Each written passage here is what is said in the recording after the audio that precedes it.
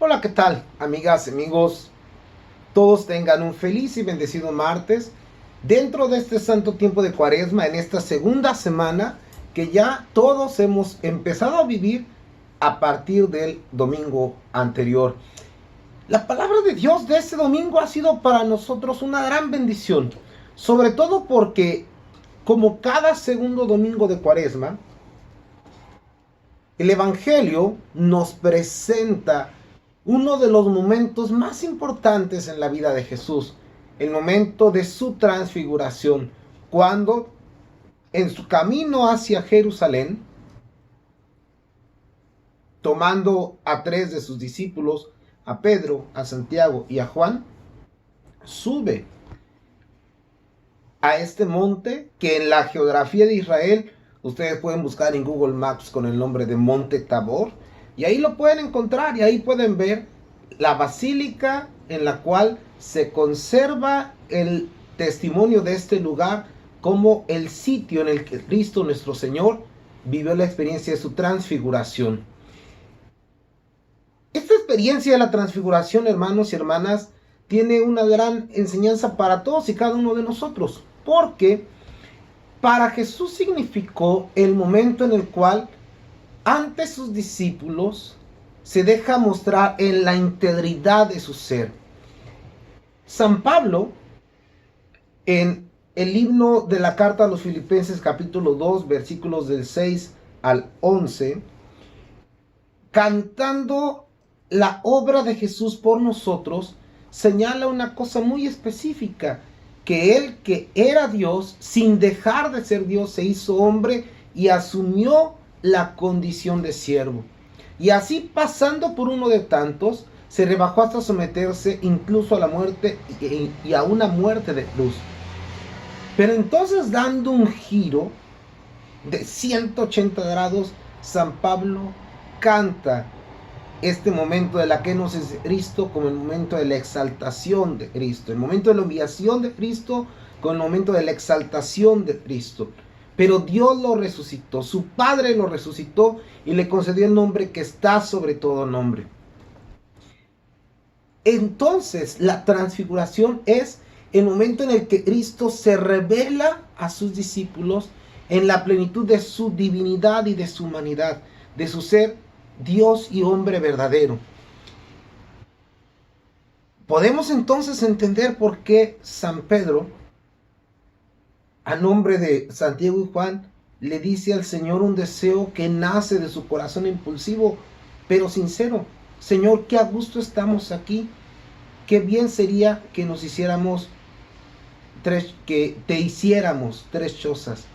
Una para ti, otra para Moisés y otra para Elías. Aunque nosotros no nos toque, con que estemos contigo, con que podamos servirte, nos damos por satisfechos.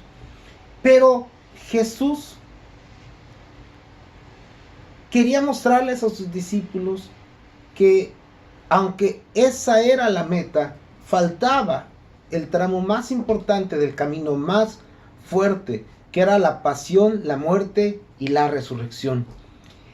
Por lo tanto, hermanos y hermanas, a nosotros como cristianos, como católicos del siglo XXI, Dios nos sigue llamando y dando las mismas indicaciones que les dio a sus discípulos. En primer lugar, a buscar los momentos de transfiguración con Dios, que son sobre todo la Eucaristía, la oración y el servicio. En lo personal, cuando tuve la oportunidad de visitar el Medjugorje, el santuario de Medjugorje, me gustó mucho una imagen que está dentro del complejo del santuario, que es esta: un Cristo que de pie tiene aquí sobre su cendal la frase: he resucitado y ahora estoy contigo. Como si en esta cruz que yace a los pies y en esta imagen de Cristo puesto en pie, el Señor nos mostrara el misterio de su pasión, muerte y resurrección para ser transfigurados también por Él. Pero ¿qué otra indicación nos ha dejado el Padre? Nos la ha dejado de la siguiente manera: este es mi Hijo muy amado, escúchenlo. Y así como tú y yo conectamos nuestros audífonos o ponemos en nuestra grabadora, consola, dispositivo de audio, lo que tengan, en su bocinilla, ahora ya de Bluetooth, cualquiera, o le dicen a Alexa que les ponga tal o cual música, tal o cual respuesta, así el Padre nos dice: este es mi Hijo muy amado, escúchenlo. ¿Y dónde nos podemos conectar? Pues obviamente en su palabra. Aquí es donde ustedes y yo necesitamos conectarnos para, por la lectura, la oración, la contemplación, escuchar a Cristo. ¿Y por qué y para qué? Hermanos y hermanas, por una sola y sencilla razón. Porque solo el encuentro con Jesús nos transfigura a nosotros.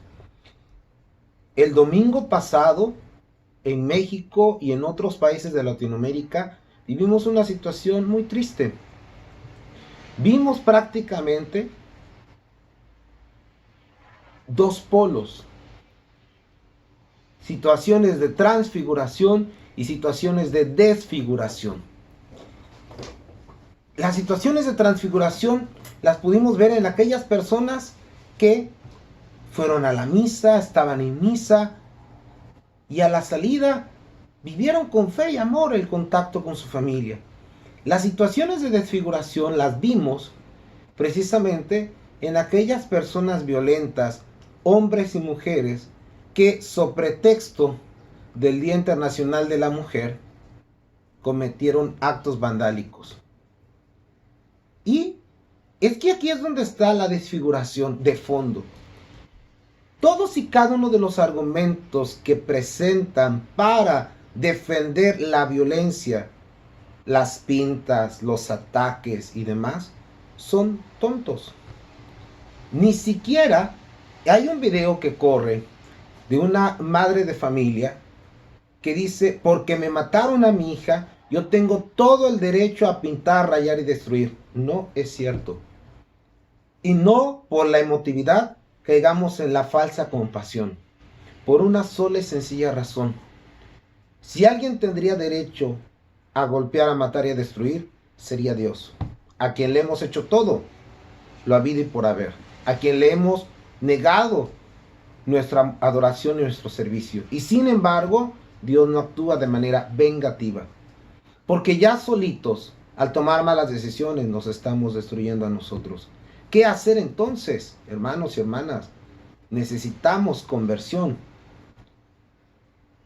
Y por eso felicito a todos los católicos que fueron fieles al Señor y a sus hermanos, defendiendo no solo los templos, porque no eran las paredes, sino todo lo que la iglesia representa para la gente de buena voluntad. Podrán decir y podrán pintar en las bardas que la iglesia es machista, que la iglesia es violadora, que la iglesia es pedófila. Los pecados de algunos de los miembros de la iglesia no son toda la iglesia, primera cosa. Y segundo, la iglesia está ya tomando acciones decisivas para contrarrestar estos delitos. Y lo tercero, la iglesia es quien hace más que muchas otras instituciones a favor del varón y de la mujer. Solo, y ese es el punto principal, que no le hacemos caso. En la iglesia jamás vas a escuchar que le digan a un hombre: pégale a tu mujer, o que le digan a una mujer: pégale a tu marido, maltrata a tus hijos, desgracia a tu familia, echa a perder tu hogar. Eso se los dicen todos y cada uno de los medios de comunicación que sirven a Satanás, mas no se lo va a decir la iglesia. Y si alguno de nosotros, sacerdotes, religiosas, religiosos, laicos, ustedes, hemos dado un mal consejo en nombre de la iglesia, estamos a tiempo de arrepentirnos para cambiar en el nombre de Dios. La orden está dada. Ya la orden no es Shema Israel. Escucha Israel, el Señor tu Dios es solamente uno. Y así en el Antiguo Testamento. La orden ahora es del Padre hacia nosotros. Este es mi Hijo amado. Escúchenlo. Que ojalá y volvamos a la escucha atenta, creyente y obediente de la palabra. Para que entonces lo que creemos lo pongamos por obra. Que Dios me los bendiga y los proteja. Y oremos unos por otros. En el nombre del Padre, del Hijo y del Espíritu Santo. Pues con ustedes y feliz semana.